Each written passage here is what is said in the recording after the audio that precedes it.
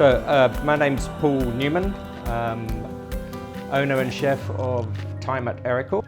Today we're going to be making a rhubarb and vanilla jam.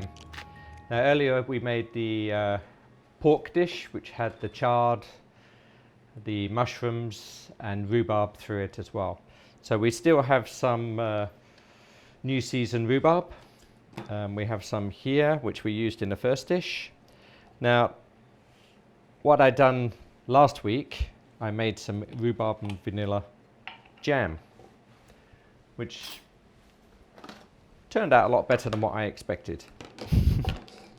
It's an old Moroccan dish, and they use rhubarb a lot in Morocco for their afternoon teas and things like that.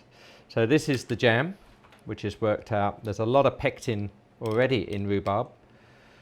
So there's no need to have extra pectin to thicken it up. So this actually has worked out really well. Now, in the previous dish where we had the pork, I used a fresh rhubarb and I used some rhubarb stock.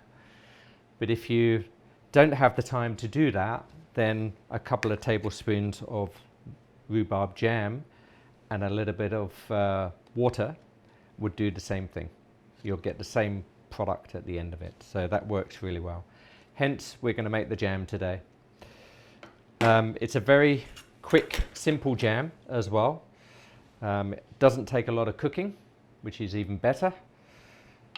So we'll start with the rhubarb. So with the rhubarb, I've just trimmed it, topped and tailed it, taken the ends off, and I used that for the stock earlier. So with these, it's just a matter of chopping them down. For the jam, I've done it more or less the same size, because if you look at the jam in here, you've got nice chunks of rhubarb in it. It's not all just runny jam, so you've got some actual body into the jam as well. So that makes it gives it a really nice texture. So we cut the rhubarb all into the similar size, because you want it to cook at the same time.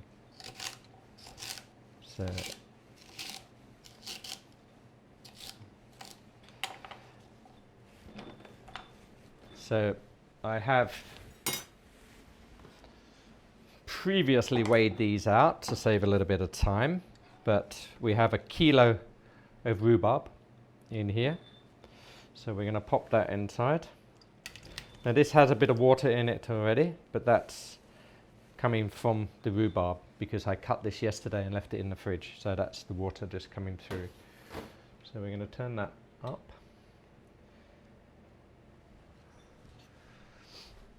Now, a lot of people use a little bit of water, but seeing as I've got the rhubarb stock that I made earlier, I'm just going to put a ladle of that inside, just to get it cooking away.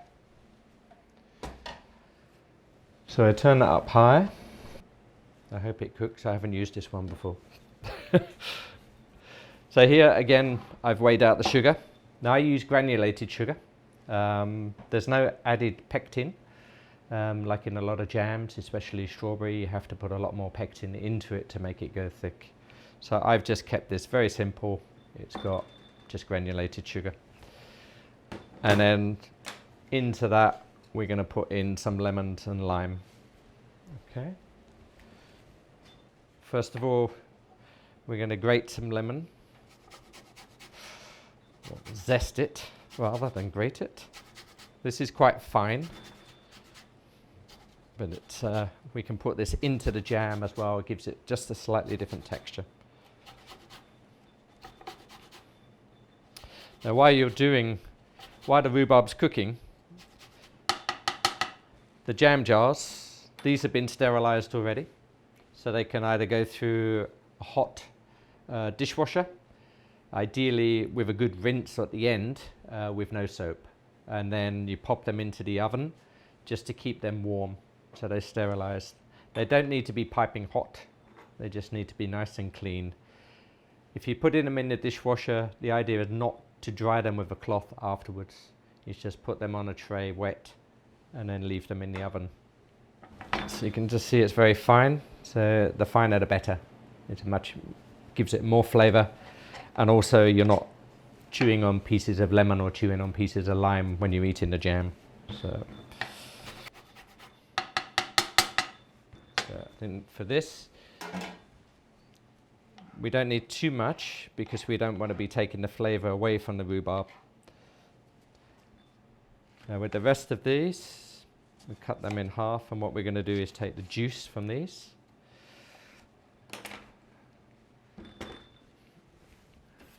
Okay, most people use a juicer, but I feel using your hands, you get more juice out of the lemon and the lime than you will from a juicer. So it's just a matter of squeezing, and then if you get a bit of the pith inside, that's fine, it's not a problem, it'll all go in, as long as you don't have any of the seeds. Now these vanilla pods are fresh, or as fresh as you can get. Vanilla at the moment is extremely expensive, so you can use vanilla essence or vanilla extract, but the pods obviously give you a much nicer flavour. So we'll cut those next. And this, my spice box, and these machines go around wherever I do cooking demonstrations, they come along with me. So very handy little tools. So what we're going to do with the lemon and the lime, the juice can go inside, like so. We're just going to give that a little bit of a stir. You get a lot of liquid coming from the rhubarb, which is very good. You just keep it on quite a high heat, but you really need to remember to stir it every now and again in case it starts catching and burning on the bottom. Okay. The lime zest and the lemon zest will go in right at the end. Then we want to keep as much colour from it as possible. If we put it in too soon, then the zest goes a brown colour, which you probably wouldn't see in the rhubarb, but you'll taste the difference. Okay, so with the vanilla pods, extremely expensive, I'm afraid, this time of year. Obviously coming from Madagascar. So what we're going to do is we make a little slit right the way down one side, turn it around and do the other side. And then just to open it up slightly.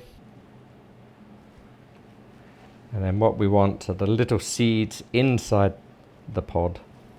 So with the knife, we're just going to scrape out, and you can see the little black seeds, and that's the vanilla that we're after. So we'll scrape the other way. Okay, looks a little bit like caviar. What we're going to do is pop that into the rhubarb.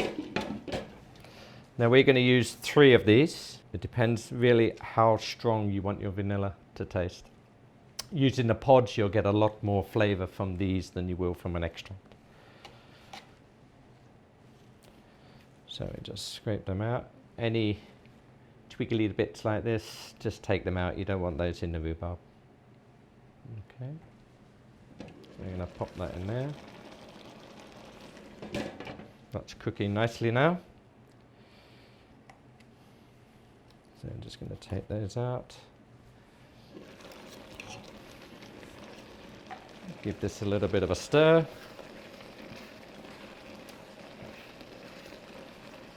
You can feel when you're stirring the rhubarb that the rhubarb is still quite firm, and that's what you want to keep. So once the rhubarb's cooked down a bit, like here, okay, and then what we're going to do is pour in the sugar. Now this is when you need to be very careful of it sticking to the bottom of the pan. So now we can take the lid off at this point because we don't want any more water or moisture to be getting into the mix. This is the time when a lot of the moisture should be cooking out and not being putting in. So the sugar will melt down. So we're getting a nice texture there now.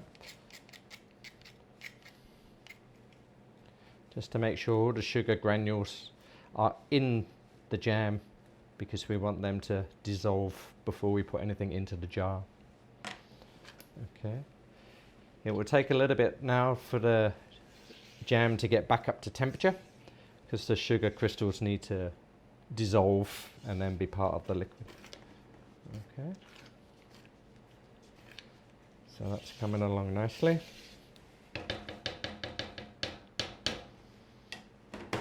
Right, so the jam jars we have ready, and then lids, again, sterilizing the lids. I'd sterilize them in hot water, but you really don't want to be sterilizing too many lids too soon. They do have a seal inside, and the hot water can break the seal, but if you've done too many lids for not enough jars, then you're losing lids. So just a little tip there. Okay. Now with the vanilla pods that we have left, now we've taken all the seeds out. Now these are still useful, so you never throw these in the bin. If you like vanilla sugar, then is to get a kilo bag of sugar and a plastic container, and you mix the two together. So the sugar you pour into the plastic container, the pods you put inside, and you put a lid on top. And then given 3 or 4 days, the sugar will be vanilla sugar. It will absorb the flavors from the pods. And you can use that 2 or 3 times, so you can keep adding sugar and you'll get an amazing flavored sugar. Not so sure if it's okay for tea, but so this is bubbling away quite nicely now.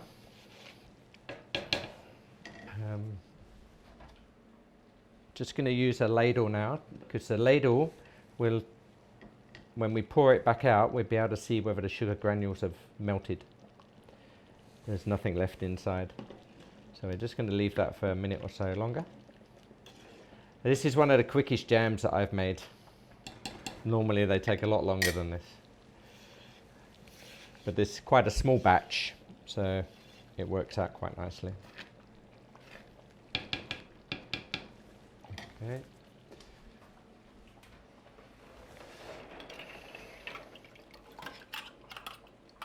So the lids that I mentioned earlier. So again, when these have been sterilized, like the jars, you try not to put your fingers inside the lid. You want to keep them as clean as possible all the time.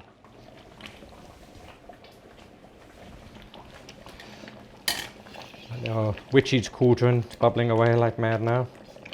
I have to be quite careful when the sugar gets this hot that you don't burn and scald your hands. So if you've got children around, then keep them well away from the boiling pan. Okay. So I would say that we're nearly ready there to start jarring up. Now you can see that there's still quite chunky pieces of rhubarb. Now this will carry on cooking when you put it into the jar. And again, it will set more once it's in the jar and it cools down overnight. Okay, so I'm just going to turn that off. And then what we're going to do is pop in the zest. Yeah, very last minute. Just give that a little stir. Oops, don't want to lose those bits. Okay. Now some people, you get a bit of a white froth on top of the jam. Now some people put butter in there to take that away. But if you're a vegan or vegetarian, there's certain people that don't want any dairy in their jams, then that's not a very good thing to do. If you leave it for a little while, those bubbles will disperse and they'll go. You won't see them. So I have a jam funnel. It just sits on top of the jar. And then we're just going to ladle these in.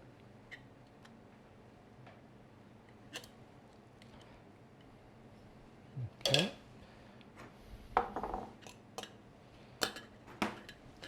The idea of the jam funnel is really so we don't get any sugar or jam around the top of the jar.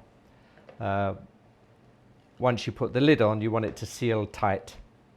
So it's a matter of trying not to overfill them, and again trying to keep them as clean as possible. Now this will take at least 24 hours to get cold, and before eating, my recommendation would be probably in a week's time, 10 days. You want to leave them in a sealed jar. The flavour to the rhubarb and the vanilla will start coming back out of the fruit. Some people use the jams the next day, but then you're not getting the full flavour of the jam.